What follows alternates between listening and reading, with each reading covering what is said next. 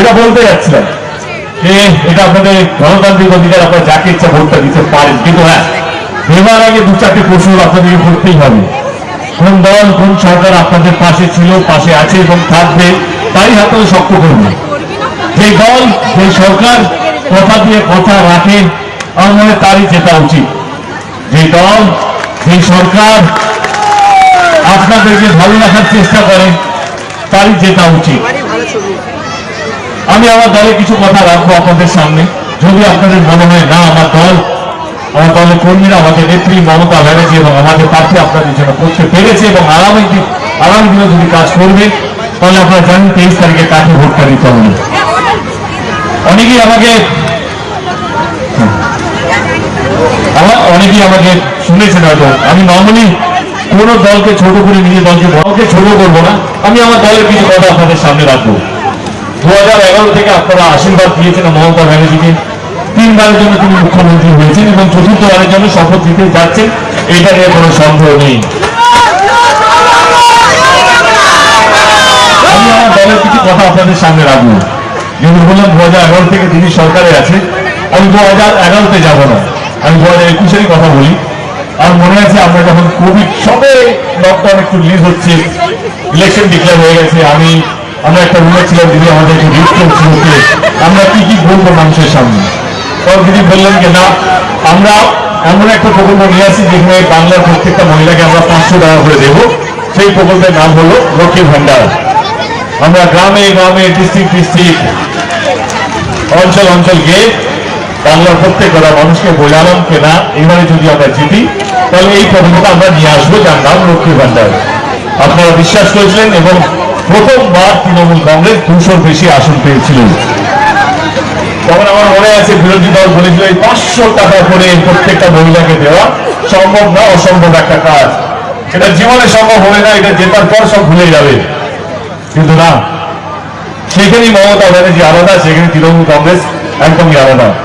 জেতার 4 মাসের মধ্যে মমতা ব্যানার্জি লক্ষ্মীর ভান্ডার প্রকল্পটা বাস্তবিক করেছিল। সেই লক্ষ্মীর ভান্ডারটা যেটা 500 টাকা দিয়ে শুরু হয়েছিল, আজকে 1500 টাকারও বেশি দেওয়া হচ্ছে প্রত্যেকটা মহিলাকে।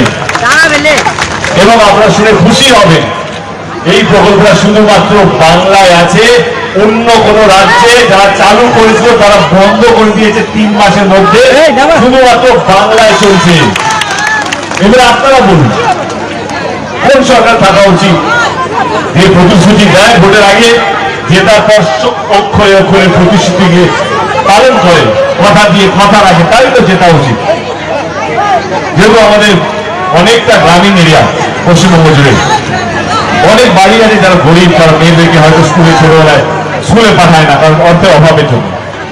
সেইগুলো মমতা ব্যানার্জি দাঁড়িয়ে গেল, কন্যাশ্রীর মতন প্রকল্প নিয়ে এলো, যেখানে প্রত্যেকটা বাচ্চা মেয়েদেরকে স্কুলে পাঠানোর দায়িত্ব নিলেন।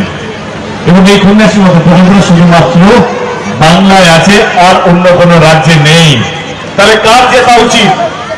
যে আপনাদেরকে নিয়ে ভাবে, আপনার ছেলে মেয়েদেরকে নিয়ে ভাবে, তাই তো জেতা উচিত।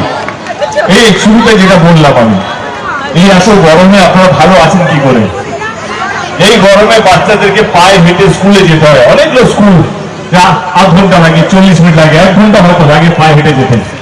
সেখানে মমতা ব্যানার্জি দাঁড়িয়ে গেল, সবুজ সাথী মডেল প্রকল্প নিয়ে এলো, যেখানে প্রত্যেকটা ছাত্র ছাত্রী সাইকেল পায়, সাইকেলে করে স্কুলে যেতে পারে যেন। তাহলে কার জেতা উচিত? যে আপনাদের সবাইকে নিয়ে ভাবে, আপনাদের পরিবারকে নিয়ে ভাবে, তাই তো জেতা উচিত। অনেক গ্রাম, অনেক বাড়ি, অনেক গরিব মানুষ আছে, তারা মেয়ের বিয়ের জন্য ঠিকমতো অর্থ জমাতে পারে না। সেইখানেও তিনি দাঁড়িয়ে গেলেন, রূপশ্রীর মতন প্রকল্প নিয়ে এলেন, যেখানে বিয়ের সময় 25,000 টাকা করে দেওয়া হয়, যাতে যেরকম ভাবে হোক না কেন বাবা মারা মেয়ের বিয়ে যেন ভালো করে দিতে পারে। এই রূপশ্রীর মতন প্রকল্পটা শুধুমাত্র বাংলায় আছে, অন্য কোন রাজ্যে নেই। তাহলে কার জেতা উচিত?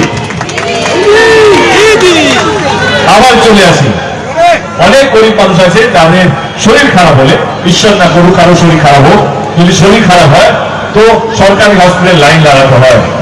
যদি অপারেশনের ডেট পেতে কখনো 1 সপ্তাহ লাগে, কখনো 10 দিন লাগে, কখনো 1 মাস, কখনো 2 মাস লাগে।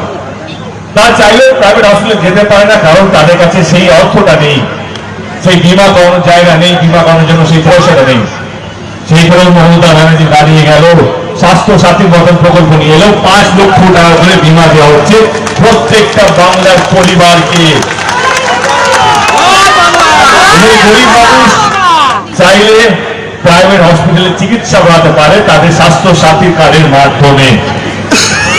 এদের কাজ যেটা উচিত, যে বাংলাকে আগলে রেখেছে, বাংলাকে এগিয়ে নিয়ে যাচ্ছে, অক্ষর অক্ষরে মানুষকে ভালো রাখার চেষ্টা করছে, তাই তো যেটা উচিত, তাই না?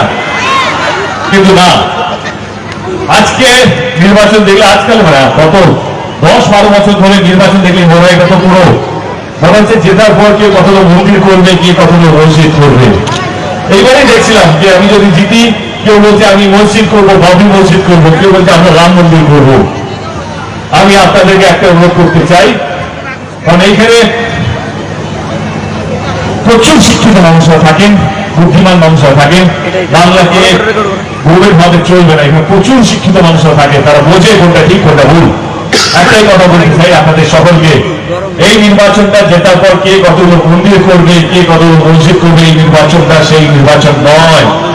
এই নির্বাচনটা হচ্ছে জেতার পর কে কতগুলো স্কুল করবে, কে কতগুলো হসপিটাল করবে, কে কতগুলো কলেজ করবে, কে মানুষকে ভালো রাখবে, কে মানুষকে আগলে রাখবে, সে হিন্দু হোক বা মুসলমান।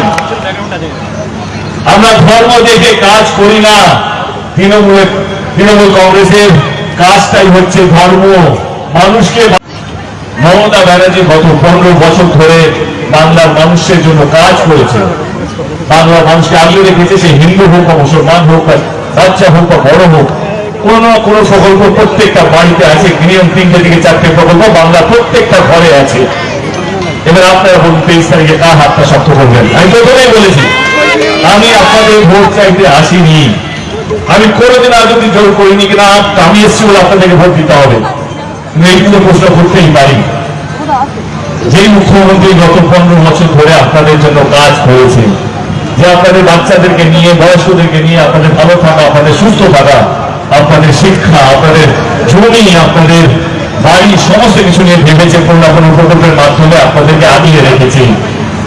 তা তো চতুর্থবার যেটা উচিত, উচিত কিনা? যদি আপনাদের মনে হয় যে না, আমাদের নেত্রী 15 বছর ধরে ভালো কাজ করেছে, 23 তারিখে নির্বাচন, তমলুক বিধানসভার প্রত্যেকটা মানুষের একটাই কথা বলবো, যদি আপনাদের মনে হয় আমাদের দল, আমাদের নেত্রী এবং আমাদের প্রার্থী ঠিক কাজ করেছে, তাহলে 1 নম্বর করেন। তাহলে 1 নম্বর ইভিএম মেশিনে বাটনটা টিপে আমার দাদা, আমাদের প্রার্থী